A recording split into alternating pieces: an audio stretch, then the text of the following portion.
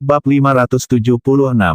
Permisi, ini kota selatan, demi Pit, wilayah kita. Beraninya dia mempermalukan kita di kota kita.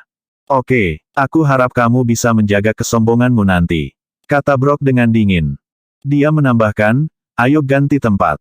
Segera setelah itu, mereka pindah ke arena tinju bawah tanah, di mana bisa menampung ribuan orang, dan mereka semua mengepung arena. Semua bos besar telah menunjukkan kartu truf mereka.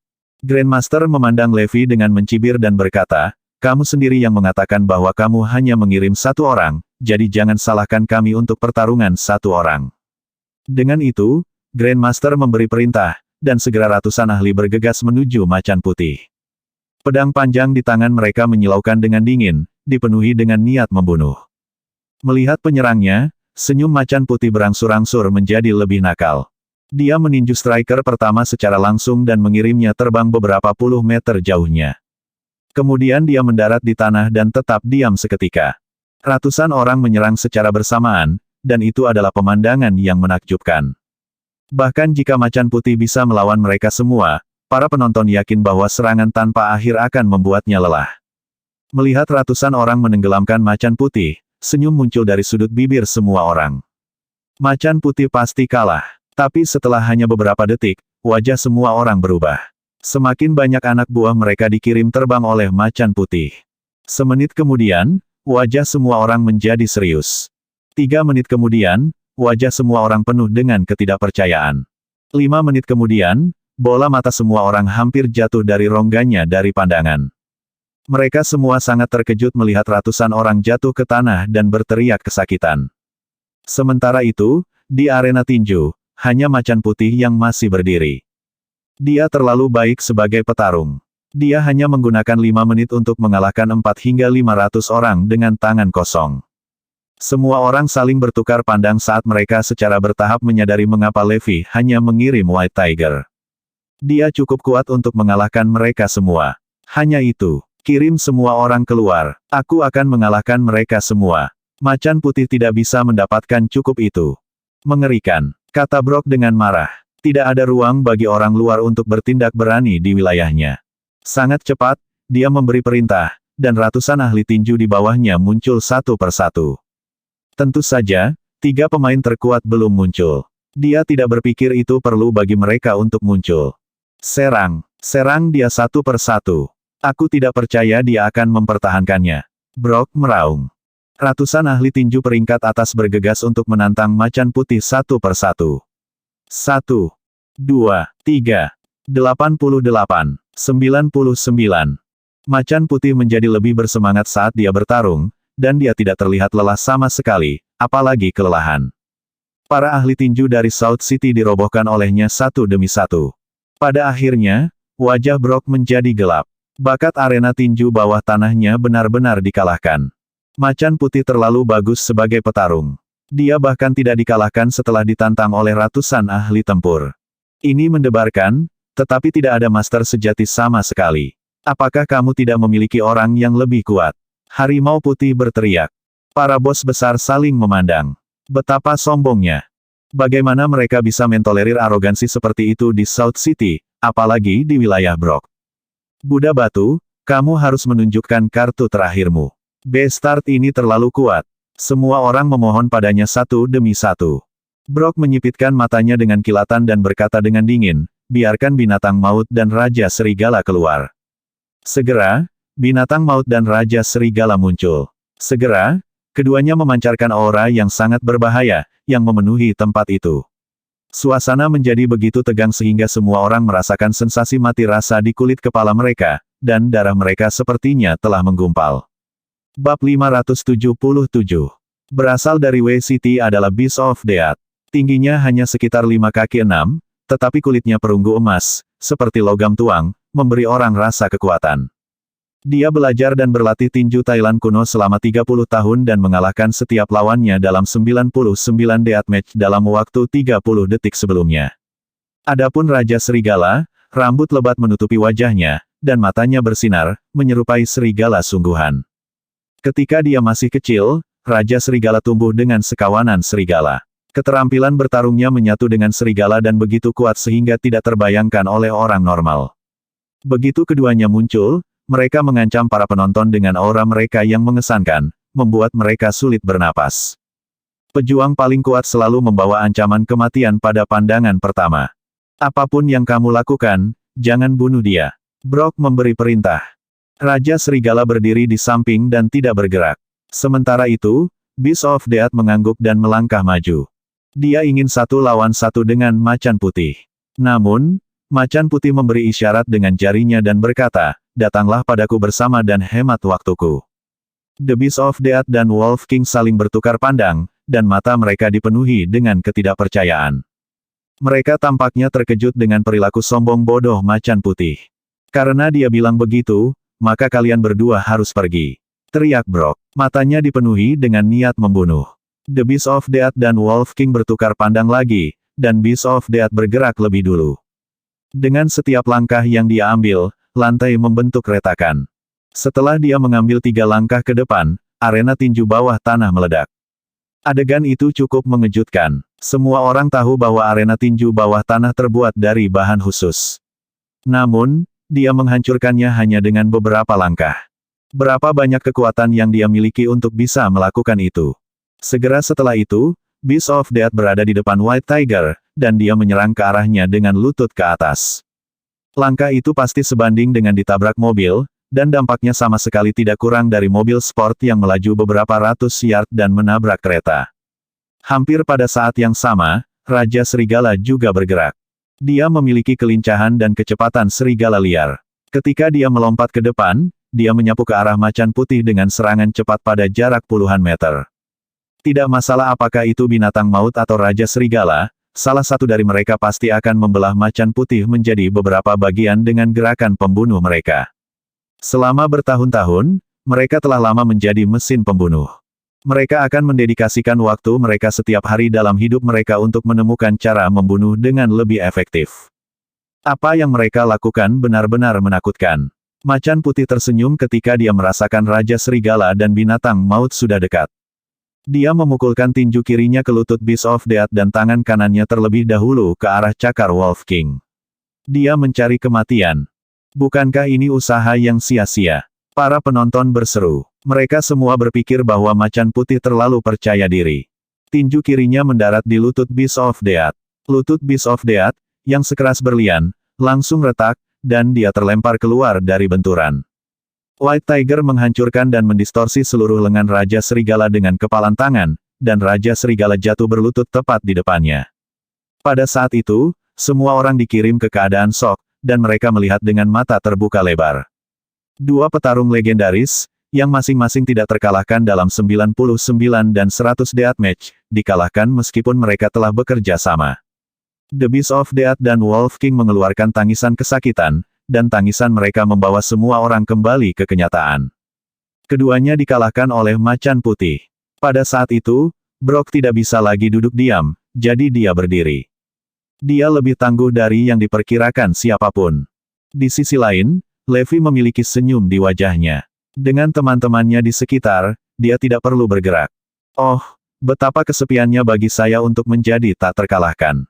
Bagaimanapun banyak dari kalian yang tersisa, naiklah sekaligus. Berhentilah membuang-buang waktu. Levi memanggil. Mendengar kata-kata Levi, Brock benar-benar gusar karena marah. Dia meraung, panggil Hades. Hein, Grandmaster, dan yang lainnya sangat bersemangat. Akhirnya, petarung terkuat akan datang. Tiba-tiba, bayangan hitam dilemparkan ke arena, dan aura yang menindas secara bertahap memenuhi tempat itu. Bab 578. Hades ada di sini. Dia bukan hanya pemegang rekor deathmatch, tapi dia juga dewa perang El Nation. Rincian sebelumnya tidak begitu penting. Namun, yang terakhir, identitasnya sebagai dewa perang suatu bangsa, tentu saja. Di zaman kuno, dia akan menjadi dewa perang yang tak terkalahkan. Di masa lalu, semua orang hanya menganggapnya sebagai mesin pertempuran. Namun, setelah menyadari identitasnya sebagai dewa perang El Nation, kesan semua orang tentang dia telah berubah. Di dunia sekuler, dia adalah eksistensi seperti dewa di antara orang-orang biasa. God of War mengenakan sweater hitam sederhana dan topi. Yang menakutkan adalah dia mengenakan setengah topeng serigala. Begitu dia muncul, fokus seluruh penonton tertuju padanya. Hades datang ke tengah arena selangkah demi selangkah, dan suhu turun tajam.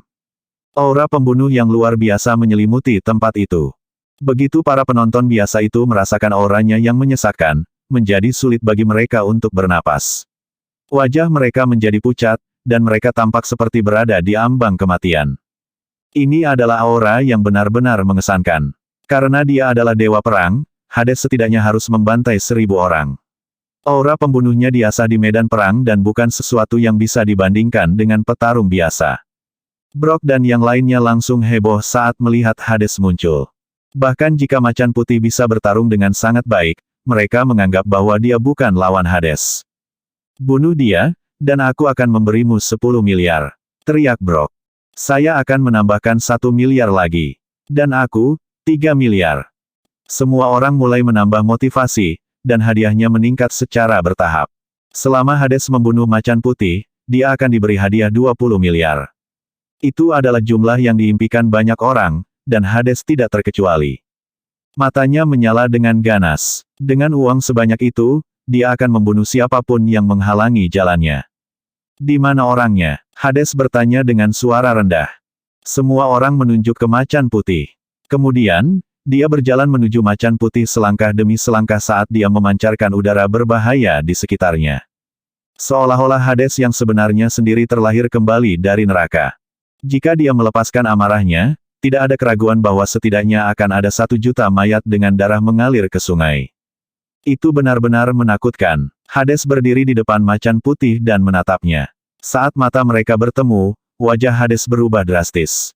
Itu dia. Ini tidak mungkin. Dia. Bibirnya berkedut, tetapi dia tidak bisa mengatakan sepatah kata pun untuk waktu yang lama saat dia melihat macan putih. Dia tidak akan pernah bisa melupakan orang ini. Hades tidak pernah bisa melupakan malam, di mana total 19 orang menghancurkan puluhan ribu anak buahnya di negara El secara langsung. Itu dia dan resimen kavaleri. Selanjutnya, 19 dari mereka membunuh jalan mereka ke El Nation. Mereka tak terkalahkan dan memusnahkan bangsa saat itu. Hanya dalam 1 malam, El Nation benar-benar hancur. Sebagai dewa perang bangsa El, dia juga dikalahkan, dan dia hanya bisa menyaksikan mereka memusnahkan negara. Sejauh ini, God of War Erudia adalah eksistensi paling menakutkan yang pernah dilihatnya. Anak buahnya berani dan pandai berkelahi, dan mereka tak terkalahkan di dunia. Orang di depannya ini, terutama, memberinya trauma seumur hidup. Itu adalah mimpi buruk yang akan menghantuinya sepanjang hidupnya. Setiap malam, dia dihantui oleh mimpi kehancuran El Nation yang berulang, dan setiap kali, wajah kejam macan putih muncul dalam mimpi itu. Dan setiap kali, dia selalu tersentak bangun dari mimpi buruk tanpa gagal. Orang itu terlalu kuat. Dia tidak akan pernah lupa bagaimana dia menerobos masuk ke kamp 10.000 orang dan membunuh dengan cara bola balik. Hari ini, dia benar-benar melihatnya lagi di sini. Dia menyadari bahwa Dewa Perang Erudia dan fraksinya terlalu kuat. Bahkan jika dia memiliki 100 tahun untuk bersiap, dia tidak akan bisa membalas dendam. Sekarang dia hanya bisa terus berpartisipasi dalam kompetisi pertempuran untuk melampiaskan emosinya dan menghilangkan trauma yang dibawa oleh Dewa Perang Erudia kepadanya. Tidak pernah dalam mimpi terliarnya dia berpikir bahwa dia akan bertemu macan putih lagi. Tiba-tiba, dia ingat bahwa resimen 5 perang besar Erudia hampir tidak dapat dipisahkan dari Dewa Perang Erudia. Jika macan putih ada di sini, itu berarti Dewa Perang Erudia juga harus ada di sini. Bab 579. Mengalihkan pandangannya ke tempat itu, dia melihat Levi duduk di belakang. Tiba-tiba, Hades menjadi pusing dan hampir pingsan. Menatap tatapan Levi, dia merasa seperti tercekik. Dalam sekejap, seluruh tubuhnya basah oleh keringat dingin, dan dia tidak bisa berhenti gemetar. Kakinya memiliki pikirannya sendiri saat dia berlutut di depan macan putih dengan bunyi gedebuk. Suara itu cukup keras untuk didengar semua orang, membuat semua orang terkejut. Tidak ada yang mengharapkannya. Bahkan Levi pun terkejut. Dia bertanya-tanya ada apa dengan Hades. Dia seharusnya melawan macan putih, tetapi dia berlutut di depannya begitu mereka bertemu. Brock dan yang lainnya juga tidak bisa memahaminya. Ada apa dengan Hades? Apakah ini semua lelucon? Mengapa dia berlutut di depan musuh? Semua orang menggosok mata mereka, bertanya-tanya apakah mereka salah dengan apa yang mereka lihat. Ini adalah petarung terkuat di Eastern Death Matches, yang tak terkalahkan dalam 188 pertandingan berturut-turut. Dia tak terkalahkan. Mengapa dia berlutut begitu? Dia melihat macan putih. Mereka tidak mengerti, tetapi macan putih secara bertahap mendapatkan kesadaran. Meskipun Hades mengenakan topeng setengah serigala, tapi macan putih masih mengenalinya dari mata dan auranya. Kamu, apakah kamu dewa perang bangsa El, Hades? White Tiger bertanya ragu-ragu. Hades mengangguk dan berteriak, prajurit El Nation yang kalah memberi hormat kepada dewa perang dan macan putih Erudia. Semua orang menarik napas dengan tajam setelah mendengar pidatonya. Dewa perang Erudia, macan putih, apa itu semua tentang? Semua orang tidak bisa bereaksi terhadap pergantian peristiwa untuk sementara waktu. Setelah mendengar alamat dari Hades, Levi menggosok pelipisnya tanpa daya. Dia telah merencanakan untuk tidak mengungkapkan identitasnya dalam perjalanan ke kota selatan ini, jadi dia menggunakan kekuatan untuk menyelesaikan kekacauan. Tapi lihatlah, dia tidak menyangka akan bertemu dengan prajurit El Nation yang kalah. Bukankah penyamaranku akan terbongkar? Levi tersenyum tak berdaya. Hades, apa yang kamu lakukan? Cepat bunuh dia untukku. Brock berteriak cemas. Iya, kenapa kamu berlutut padanya? Semua orang tidak bisa memahaminya dan memandang dengan tidak percaya. Hades tidak berbicara. Dia melihat kerumunan dan perlahan melepas topengnya. Sekarang, semua orang bisa dengan jelas melihat seperti apa separuh wajahnya yang lain. Ada beberapa bekas luka yang saling bersilangan, dan wajahnya terlihat sangat menakutkan. Hades kemudian berkata dengan suara rendah, apakah Anda tahu siapa yang meninggalkan bekas luka ini pada saya? Brock dan yang lainnya menatapnya dengan wajah bingung. Ini macan putih, yang meninggalkannya padaku selama penghancuran El Nation. Dia selesai. Apa, dalam penghancuran El Nation, mungkinkah itu dewa perang Erudia? Wajah semua orang berubah drastis. Kemudian, mereka kembali ke akal sehat mereka satu persatu. Hades telah berbicara dengan dewa perang dan macan putih Erudia sebelumnya. Kalian sangat berani untuk berani bergerak pada siapa saja. Hades tiba-tiba menaikkan nada suaranya sambil melanjutkan, dengar. Berdiri di depanku adalah macan putih, salah satu dari 5 resimen perang besar Erudia.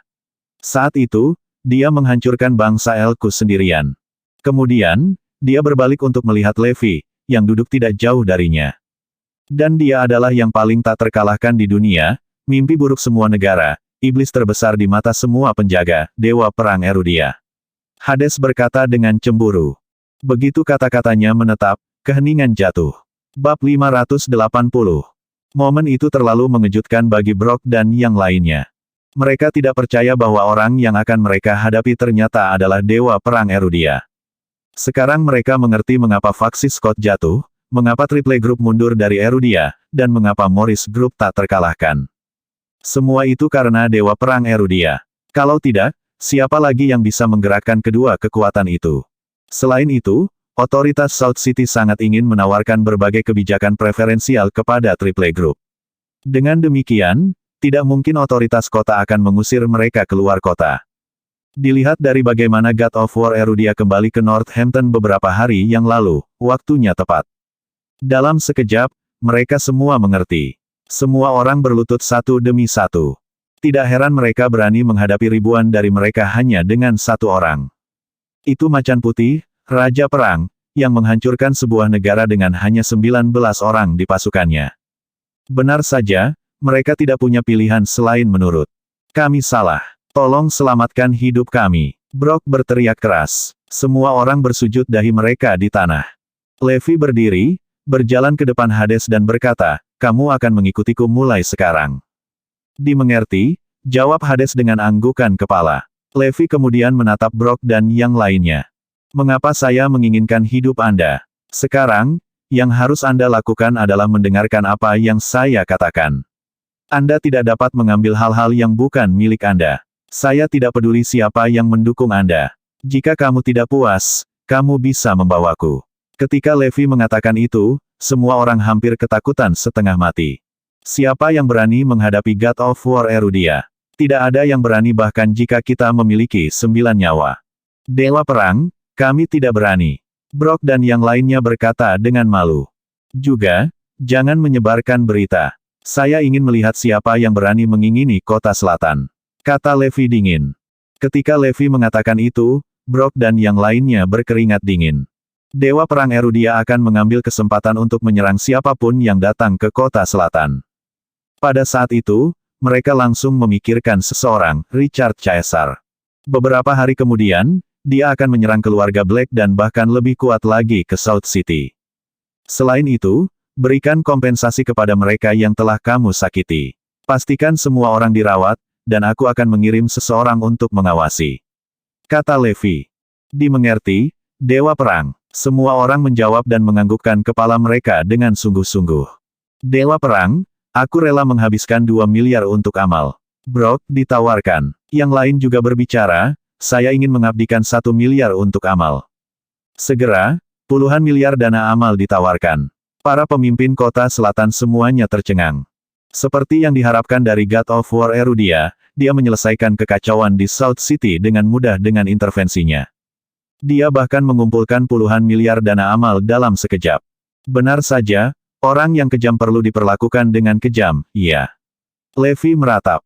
Semuanya tertawa. 1 hari lagi berlalu. Levi tidak pernah muncul dan masih tidak dapat dihubungi. Sejujurnya, Zoe sedikit cemas. Dia tidak khawatir tentang Levi yang melarikan diri. Sebenarnya, dia terutama takut sesuatu yang buruk terjadi padanya. Saat itu, Logan tiba di keluarga Black di mana mereka masih bingung dengan situasi ini. Logan, gimana? Meredith bertanya dengan gelisah. Nenek, aku telah mengecewakanmu. Aku mencoba yang terbaik. Logan berkata tanpa daya, kepalanya terkulai. Apa? Berita itu sama saja dengan pukulan besar bagi keluarga Black. Logan adalah satu-satunya harapan mereka. Apa yang terjadi, Logan? Meredith bertanya dengan gugup saat tubuhnya bergetar. Bersambung.